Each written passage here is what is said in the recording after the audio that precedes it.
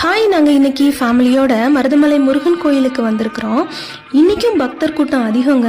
எங்களுக்கு அப்பன் தரிசனம் அருமையாக இருந்துச்சு.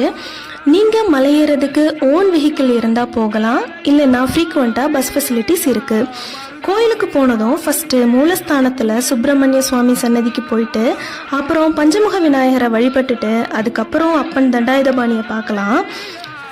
இங்கே கோயில் திருமணங்கள் எல்லாம் சுப்பிரமணிய சுவாமி சன்னதியில் தான் நடக்கும். இங்கே இருக்கிற தங்கத்தேர் குறிப்பிட்ட வேண்டுதல் நிறைவேற வேண்டி பக்தர்கள் தங்கத்தேர் இழுக்கிறாங்க. இந்த முருகப்பெருமான சுப்பிரமணிய சுவாமி தண்டாயுதபாணி மருதாச்சல மூர்த்தின்னு அழைக்கிறாங்க. இங்கே பாம்பாட்டி சித்தர் வாழ்ந்த குகை கோயில் இருக்குது. குகையில இருந்து சுப்பிரமணிய சுவாமி சன்னதிக்கு பாம்பாட்டி சித்தர் அமைச்ச சுரங்கப்பாதை இருக்குது. இதுதான் பஞ்சவிருட்ச மரம். பஞ்சமுக விநாயகர் சன்னதியில இருக்கிற இந்த மரம் அரச மரம், அத்தி மரம், வேம்பு, வன்னி, கொரக்கட்டை எல்லாம் சேர்ந்து தானா உருவான மரம்னு சொல்லப்படுது.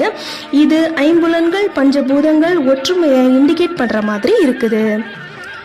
பாய்.